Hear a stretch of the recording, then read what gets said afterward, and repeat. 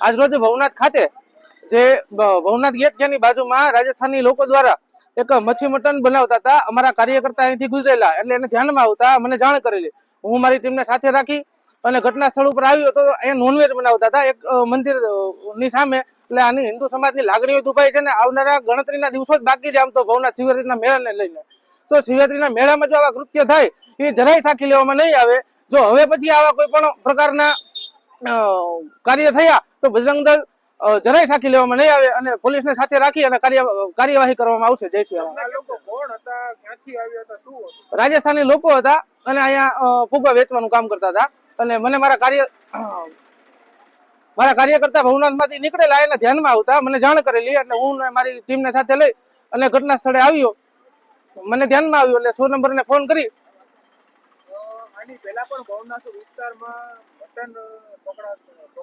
એટલે આગામી સમયમાં આમ તો જો કે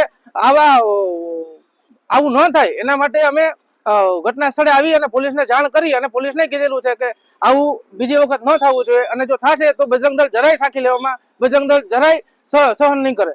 જય શ્રી રામ. આજે અમારું આજે સૃષ્ટિના સર્જનાર એવા ભગવાન વિશ્વકર્માના નું અહીંયા અમારું મંદિર આવેલું છે.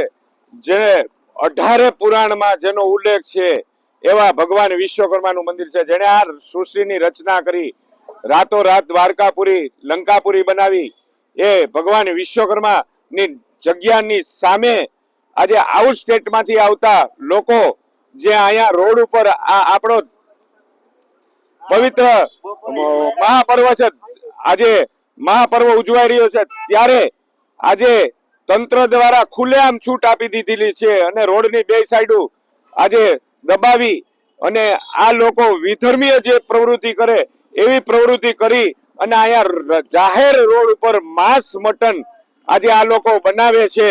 અને એ પણ આપણો આજે તંત્ર દ્વારા મહા મહેનતથી આજે આટલી બધી સુવિધાથી સજ્જ આ મિની કુંભ મેળો જુનાગઢમાં જ્યારે ઉજવાઈ રહ્યો છે ત્યારે આવી પ્રવૃત્તિ થાય છે તો આ તંત્ર કેમ ઊંઘે છે?